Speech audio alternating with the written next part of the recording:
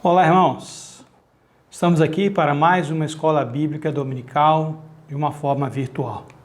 Mas nem por isso devemos deixar de aproveitar o momento e nos deliciarmos com a palavra de Deus. O apóstolo Paulo, escrevendo na sua segunda carta a Timóteo, capítulo 2, e os versículos 1 e 2, ele diz: Portanto, você, meu filho, fortifique-se na graça que há em Cristo Jesus. E as palavras que me ouviu dizer na presença de muitas testemunhas, confias a homens fiéis que sejam também capazes de ensinar outros. Nosso objetivo aqui é aproveitar a palavra de Deus para que possamos ser sal nesse mundo corrupto e luz nesse mundo de trevas e perdição. Nós, como sempre, faremos uma oração rogando a Deus para que a palavra venha de encontro às nossas necessidades. Teremos alguns louvores e após a mensagem com o nosso irmão Joey nessa manhã. Oremos. Querido Senhor, sabemos que o Senhor é aquele que vela pelas nossas vidas e por isso tem deixado a Tua palavra para consolo, exortação e ensino. O apóstolo Paulo mesmo falou que ele tem, através do seu testemunho, deixado a autenticidade e o valor da tua palavra para Timóteo, e esse deveria então aplicar a outras pessoas. Assim, portanto, ó Pai, nós clamamos para que nesta manhã o Senhor venha falar aos nossos corações pela tua palavra, para que, uma vez aprendida, possamos ensinar a outros acerca do Senhor. Esta oração fazemos suplicando a Tua graça conosco em Cristo Jesus. Amém.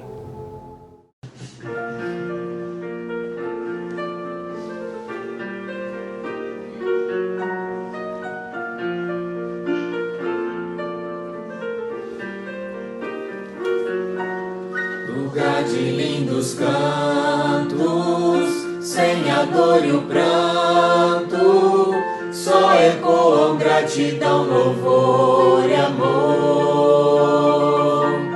As primeiras coisas já passaram, a morte já não mais existe.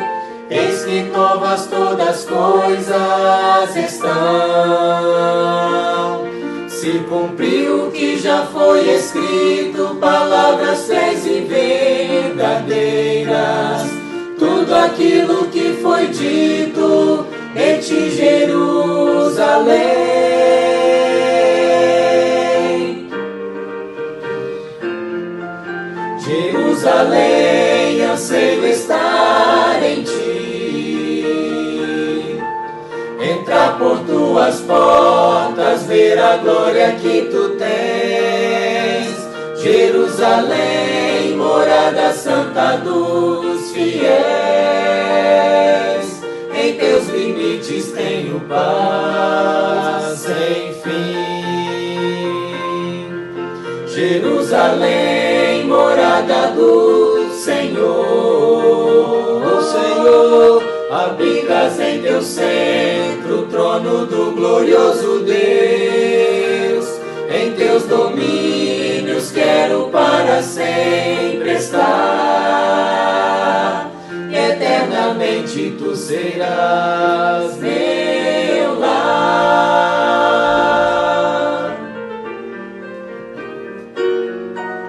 O mal não mais existe, nada mais é triste, todos os cantos são de júbilo e louvor. Os remidos têm seu próprio canto, os anjos ouvem com espanto, cantam sua história de salvação. O conflito já foi encerrado, o universo inteiro então exclama: justos são os teus caminhos, Senhor e Redentor.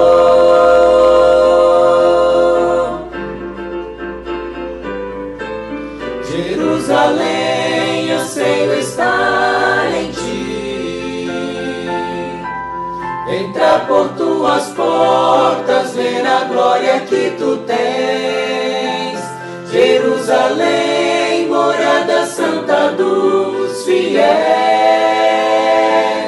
Em teus limites tenho paz sem fim. Jerusalém, morada do Senhor. O Senhor, abrigas em teu centro o trono do glorioso Deus. Em teus domínios quero para sempre estar. Eternamente tu serás meu lar. Em teus domínios quero para sempre estar. Eternamente tu serás meu lar. Jerusalém,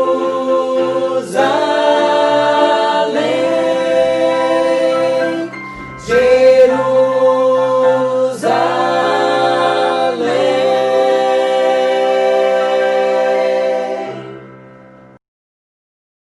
Bom dia.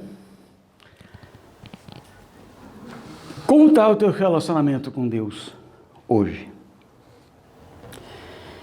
O ano de 2020 está acabando, já está bem no fim.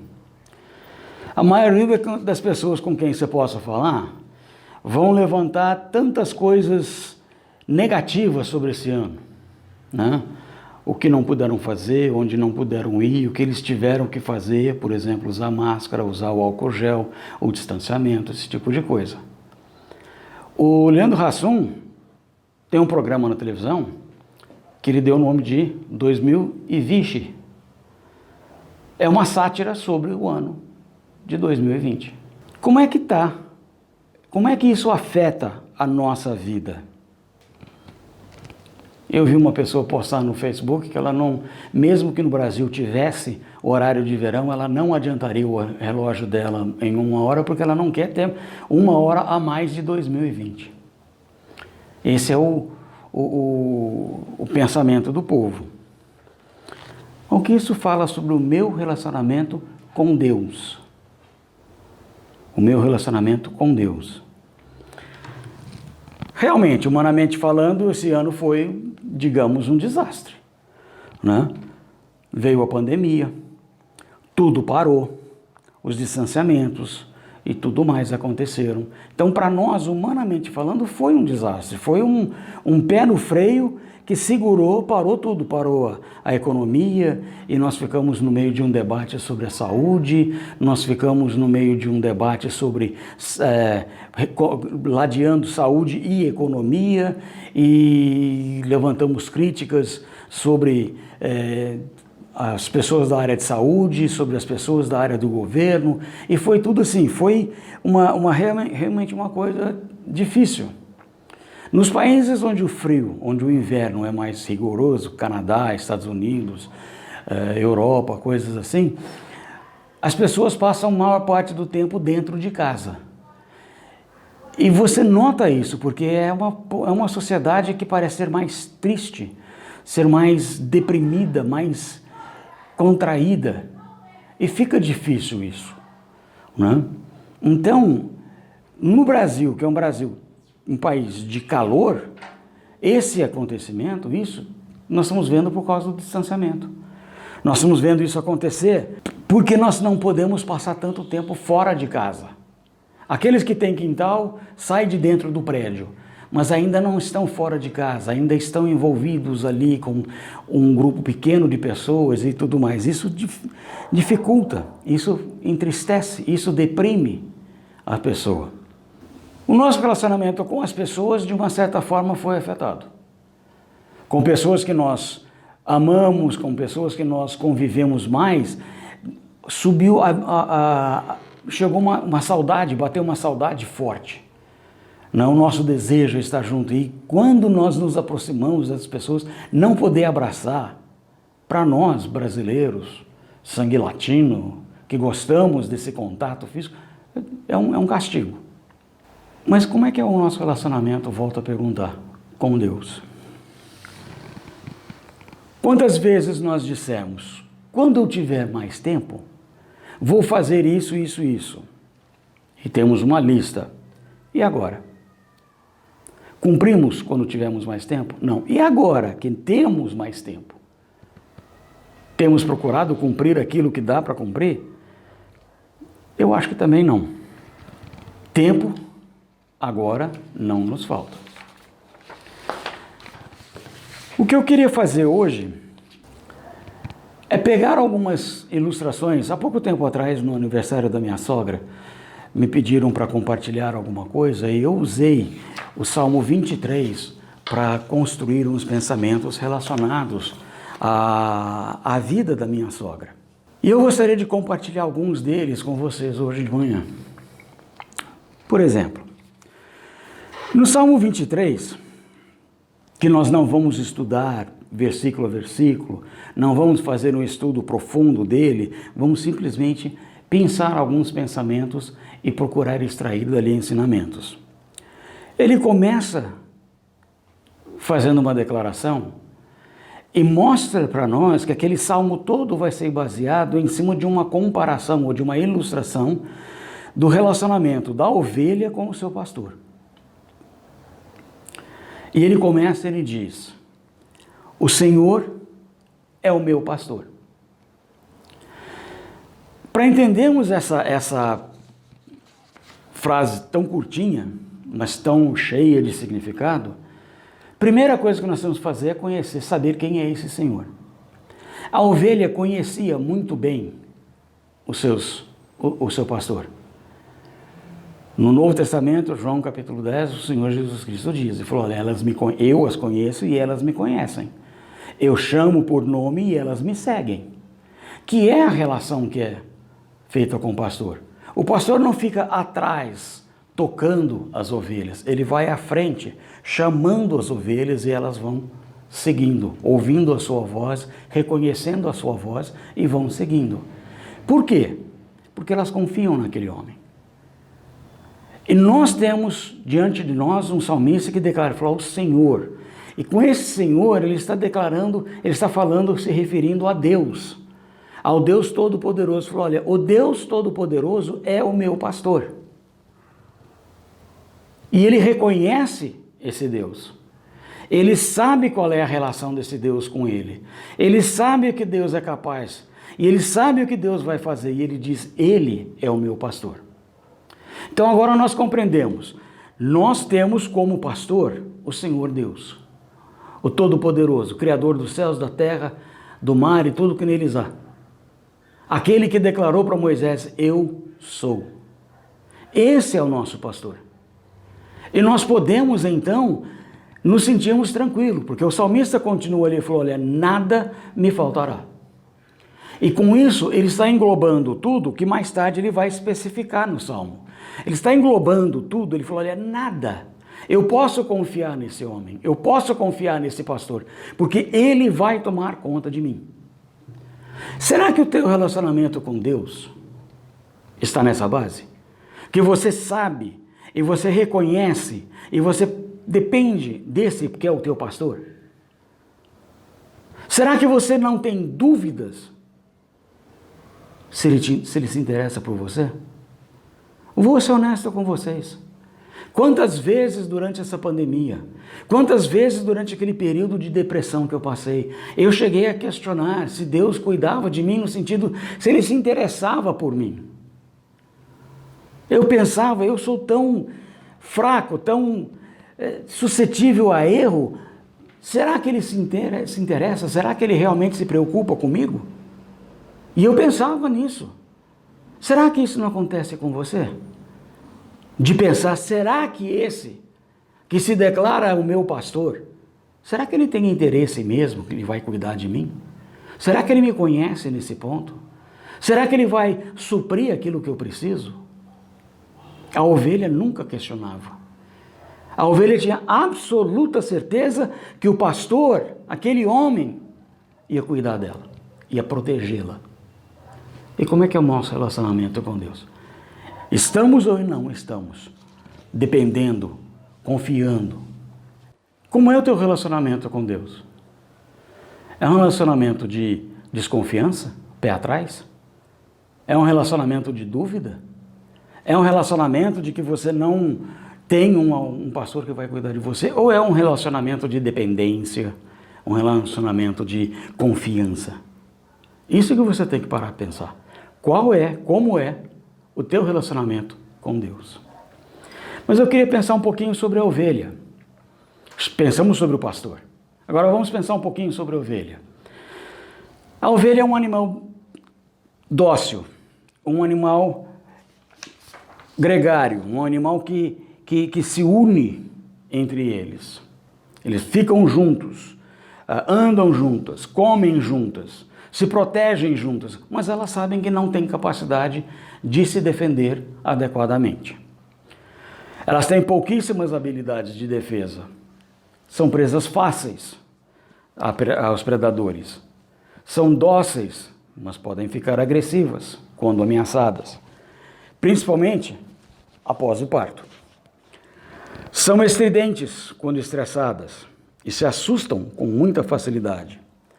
São distraídas e perdem-se ou desviam-se facilmente do caminho, se tiverem sem uma liderança. E mais, as ovelhas dependem de que alguém venha prover suas necessidades de alimentação, água e descanso. E aqui nós entramos no que o salmista começa a nos apresentar, quando ele começa a destrinchar a declaração anterior: o Senhor é o meu pastor e nada me faltará. Ele começa a colocar diante de nós, ou registrar para nós, esse relacionamento, essa atuação desse pastor. Ele fala que o pastor, faz com que a ovelha se deite em pastos verdejantes. O que é isso? A ovelha precisa de um lugar de refrigério, de descanso. Senão ela fica em pé andando o dia inteiro. Ela fica em pé comendo, e ela é capaz de comer o pasto até que não sobre absolutamente nada. Ela vai contaminando o pasto com suas fezes, com sua urina, até que seja uma terra improdutiva. Ela precisa de alguém que a leve a um lugar de descanso. Obviamente, vamos considerar um lugar de sombra, onde ela possa deitar, onde ela possa descansar. E ele continua, ele diz: guia-me mansamente às águas tranquilas. Ela sabe que o pastor não vai deixá-la morrer de sede. Se deixar ela sozinha, ela morre. Ela não tem essa ligação de ir e procurar água. Mas o pastor sabe que ela não pode ser levada a um lugar de água onde tenha correnteza ou turbulência. Ela não pode levar, que assim ela não bebe. Ela precisa ir onde a água está calma, onde a água está tranquila. E ele a leva a esse lugar. Ele leva essa ovelha a um lugar específico, onde ela pode beber água sem temer, sem se assustar, sem correr o risco de um acidente. Continua, ele fala, guia-me, que leva ela a esses lugares de pastos verdejantes para ela descansar. Por quê? Porque ali ela pode se alimentar. Mas como a ovelha não tem o conhecimento de uma erva que possa ser daninha ou perigosa, ou venenosa para ela, ela vai comendo tudo que vê pela frente. Mas o pastor, ele tem o cuidado de ir adiante, e onde tiver essa erva que ela não pode comer, ele tira a erva, ou ele evita que as ovelhas vão para aquele canto. E é uma proteção que ele está dando para ela. E nós temos que entender que o pastor que nós temos age da mesma forma. Age para nos proteger do mal, nos proteger de pessoas más. Uma vez eu também vi no Facebook alguém conversando, né? Quando Deus afasta pessoas de você, é porque Ele escuta os comentários que elas fazem a teu respeito que você não comenta, que você não escuta. Ele sabe o que ela pensa de você. Ele sabe quais os planos que ela tem relacionados a você. E ele fala, não, quem tem planos para você sou eu. Nós lemos isso em Jeremias. Planos de bem e não de mal. E ele sabe que essas pessoas... Então ele age de uma forma a nos proteger. Ele age de uma forma a nos levar a um lugar de segurança, onde podemos beber águas mansas, onde podemos nos alimentar sem temer de estar comendo coisa errada, onde nós podemos deitar e descansar. Ele age desta forma. Nós lemos em 1 Pedro sobre o Supremo Pastor. Esse Supremo Pastor é aquele que cuida de nós. É aquele que segue adiante, nos chamando e nos levando para águas tranquilas, pastos verdejantes, sombra, tranquilidade, descanso. Ele age dessa forma comigo. Nós continuamos. Ele falou, ainda que eu ande pelo vale da sombra da morte. O que significa isso? São momentos de sofrimento, momentos de dificuldade. Quem não os tem? Quem não passa por momentos tristes em sua vida? Temos passado como congregação aqui na igreja por momentos tristes pelo falecimento de pessoas que estavam aqui conosco. Eu falo, quando a pandemia terminar e nós voltarmos para nos reunirmos livremente, nós vamos sentir uma grande diferença de pessoas que não vão estar conosco. Nós vamos ter uma grande diferença de pessoas que se afastaram de nós. Vai ser difícil. Nós enfrentamos momentos de dificuldade. Quando nós pensamos, essa pandemia nos prendeu dentro de casa, afetou a economia e nós sofremos as consequências disso. Nós acabamos sendo afetados. Isso nos entristece, isso nos enfraquece, isso nos levanta questionamentos na nossa mente. E nós temos que pensar nisso daí. E ele falou, ainda que isso aconteça comigo, não temerei. Por que eu não temerei? Primeira coisa que me vem à mente é a primeira declaração do Salmo. O Senhor é o meu pastor. Eu não vou temer. Agora, deixa eu dar mais um testemunho meu. Não é fácil. Quando você tem pessoas da tua família que estão passando por situações difíceis, não é fácil. Você simplesmente entregar para Deus e deixar nas mãos de Deus, não é fácil. Você simplesmente saber que Deus vai cuidar disso tudo e você pode descansar, não é fácil. Mas deve acontecer, porque nós temos que aprender quem é o nosso pastor. Nós temos que aprender quem cuida de nós. Nós temos que aprender quem é que vai suprir as nossas necessidades. E mais, quem é que está cuidando daquela pessoa. Nós temos que aprender.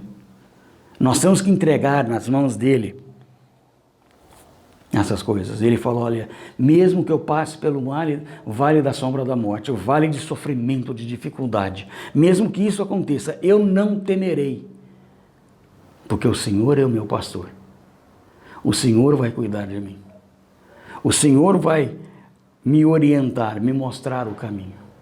E eu posso e devo confiar nele. Pensando nesse fato de que o salmista declara que mesmo que ele passe pelo vale da sombra da morte, ele não temerá mal algum, pela confiança que ele tem no seu pastor. Uma outra frase que ele usa também nesse salmo, ele diz, preparas uma mesa na presença dos meus adversários. Isso para mim também demonstra um fato de confiança. Lembra quando Neemias estava reconstruindo os muros de Jerusalém e a ordem que foi dada foi que eles trabalhassem e que com uma mão eles estivessem trabalhando e na outra mão segurando uma arma, uma espada, porque nunca sabiam quando o inimigo ia aproximar? O salmista aqui ele falou, olha, eu posso tranquilamente me alimentar, beber e descansar, Porque o meu pastor está controlando tudo. O olhar dele está vendo todas as circunstâncias. O olhar dele está vendo as possibilidades. Ele vê a aproximação do inimigo e ele logo se dispõe a ir e combater aquele inimigo. Nós temos que aprender a descansar dessa forma. Nós temos que aprender a descansar não daquele jeito que você está sempre olhando por cima do ombro para ver o que vem por trás. Não, descansar mesmo, confiando que vamos ser cuidados. Tem duas ferramentas que o pastor usava, a vara e o cajado. Um era para dar orientação, para mostrar o caminho, para socorrer, para tirar uma ovelha de uma situação perigosa. E o outro era mais pesado no sentido de ele era usado para atacar os inimigos, para combater as feras que viessem arrebatar as ovelhas ou outros pastores que possivelmente quisessem fazer isso. Ele teria isso como uma arma de ataque, mas também era usado para corrigir as ovelhas, para chamar a atenção. Se ela estava indo para o lugar errado constantemente, ele batia, ele quebrava até a perna dela, punha ela no seu ombro, para mostrar lá não pode, lá não é bom para você, e levá-la para o caminho correto. E o pastor faz isso. O pastor sempre faz isso, ele sempre tem as suas duas armas, esses dois instrumentos, o cajado para orientar, para ensinar, e a vara para mostrar, para corrigir, para defender. E o nosso bom pastor também faz isso. Mas a última frase que eu queria considerar nesta manhã é uma que diz uma coisa muito interessante. Ele fala, olha, ele faz isso por amor do seu nome. Ele cuida das ovelhas dessa forma por amor do seu nome. No versículo 3 ele diz, refrigera minha alma, guia-me pelas veredas da justiça por amor do seu nome. Vamos pensar em termos humanos. Na vida de comércio, na vida de indústria, na vida de serviços, nós temos que criar para nós vamos chamar uma reputação, um nome. Se você está procurando alguém para fazer um serviço na tua casa, você não vai pegar o primeiro que aparecer na rua. Você não conhece. Você vai procurar alguém que possa te dar referência de alguém, que possa te levar até uma pessoa que seja uma pessoa que sabe fazer o serviço, que faz bem feito o serviço, uma pessoa que faz sem enrolar o serviço, uma pessoa que não gasta material à toa. Isso você vai procurar. Você vai procurar isso por orientação, alguém vai recomendar esse nome para você. E aí você vai e contrata. Seguros, pelo relato que você tem, que essa pessoa dá conta do recado. Agora, se essa pessoa vier para você e fizer uma porcaria de serviço, você não vai passar o nome dele para frente de uma forma positiva. Alguém fala, quem fez isso aqui? Olha, só não procura fulano porque ele não fez bem feito. O serviço dele foi porco. O serviço dele foi mal feito. Nós temos que trabalhar pelo nosso nome, para construir esse nome, para sermos conhecidos na sociedade, não para chamar glória para nós, mas sermos conhecidos na sociedade, e isso vai nos trazer mais trabalho, que vai nos dar mais um rendimento, que vai nos dar mais condição de cuidar das nossas famílias. E é isso que nós temos que fazer. E esse pastor, ele fala no versículo 3, ele faz isso por amor do seu nome, não do meu, do nome dele. Ele quer mostrar, ele quer que as pessoas olhem e falem, esse é um bom pastor. Esse sabe cuidar das ovelhas. Esse cuida bem das suas ovelhas. Então, como eu tenho um investimento em ovelhas, vou colocar na mão dele. O nosso pastor age porque ele é conhecido mundo afora. Nós falamos tanto de Deus e as pessoas sempre falam, Deus é amor, Deus é bom, Deus é pai. E ele trabalha para construir isso daí, para mostrar, para provar essa realidade. Ele trabalha para provar essa realidade. E para que dessa forma outras pessoas possam, através do nosso exemplo, através do que acontece conosco, buscar esse pastor para cuidar da vida deles. Volto a perguntar. Qual é o teu relacionamento com Deus? É um relacionamento de dependência? É um relacionamento de confiança? É um relacionamento de entrega? Ou seria um relacionamento desconfiado? Um relacionamento que não satisfaz? Um relacionamento que demonstra que esse Deus que você segue é um fracasso? Nós somos convidados a falar que nem o salmista: o Senhor é o meu pastor e nada, não faltará alimento, não faltará bebida, não faltará descanso, não faltará espaço, lugar de sombra, não faltará proteção, não faltará ensinamento, não faltará correção, não faltará absolutamente nada. Que este seja o tipo de relacionamento que você tem, que você possa declarar com satisfação: Deus é o meu pastor e nada me faltará. Amém. Temos acabado de ouvir o Ministério da Palavra, que nos tem estimulado a confiar, depender e a relacionar com o Senhor. Assim, pois, nosso desejo é que possamos desfrutar desses momentos e dessa realidade. Nós gostaríamos, então, de estar, mais uma vez, encerrando esse momento com uma oração e depois nós daremos uns louvores. Vamos orar? Amado Senhor, nós te somos gratos, porque o Senhor, como pastor, é aquele que cuida das nossas vidas. Mas para isso precisamos de um relacionamento contigo. E queremos nesse momento, desafiados pela tua palavra, avaliar a maneira como nós temos vivido com o Senhor nesses dias. Se o vivemos de uma forma convicta, profunda, entendendo que o Senhor nos tem sustentado, guardado, amparado, corrigido, nos levado a lugares de descanso, mas também, ó Deus, nós queremos vivenciar plenamente essa palavra. Por isso nós te agradecemos pelo ministério que nos foi transmitido nesta manhã e rogamos para que o teu Santo Espírito nos motive a viver cada momento. Assim, pois, entregamos tudo para a tua honra e glória em nome de Cristo Jesus. Amém.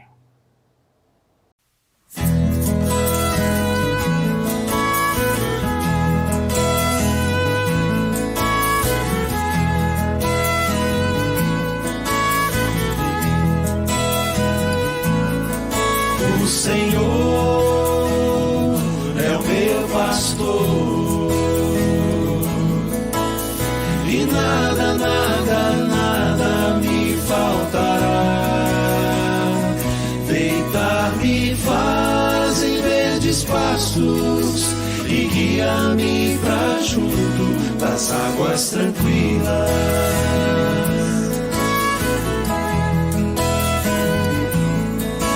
O Senhor é o meu pastor e nada, nada, nada me faltará. Deitar-me faz em verdes pastos e guia-me pra junto das águas tranquilas.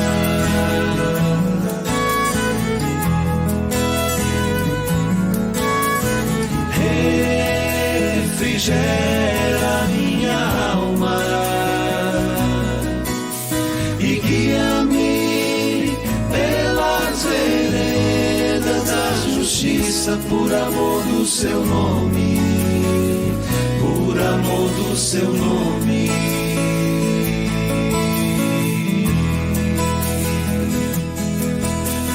Ainda que eu ande pelo vale da sombra da morte, nada temerei, Ainda que eu ande pelo vale da sombra da morte, nada temerei.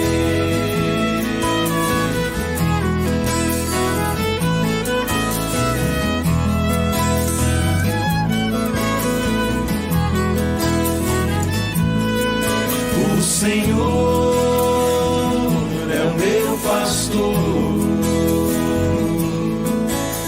e nada, nada, nada me faltará.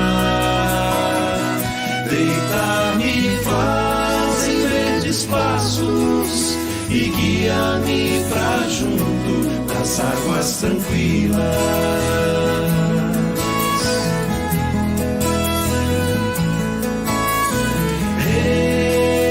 Refrigera minha alma e guia-me pelas veredas da justiça, por amor do seu nome, por amor do seu nome.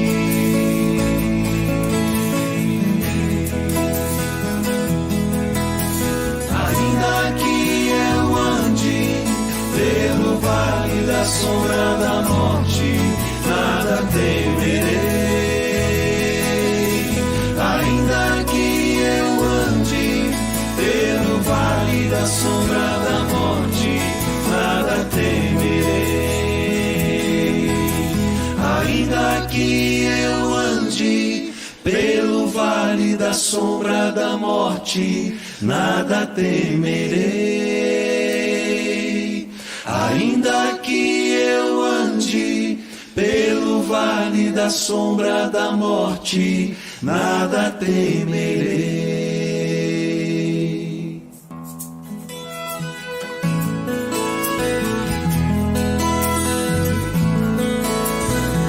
O Senhor é o meu pastor, o Senhor é o meu pastor.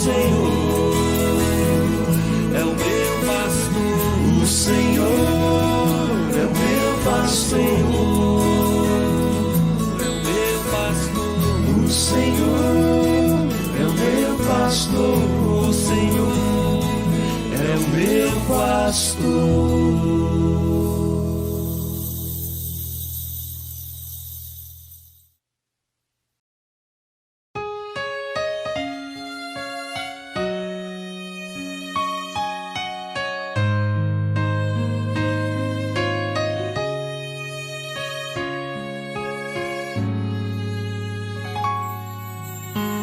A minha paz te dou,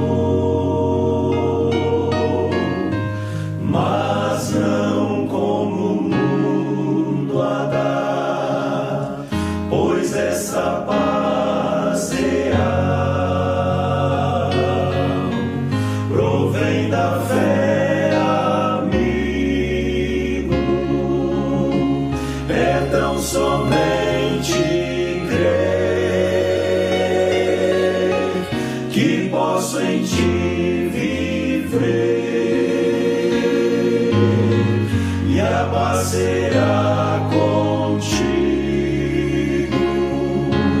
vida terás enfim.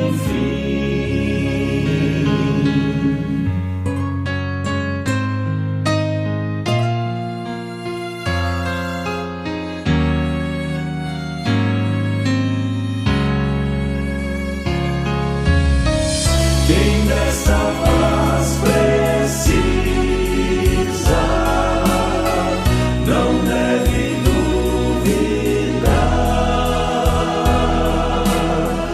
pois aceitando a Cristo já sua paz alcançará.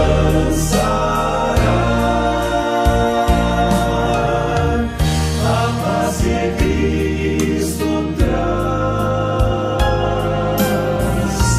é paz que te satisfaz, pois enche o coração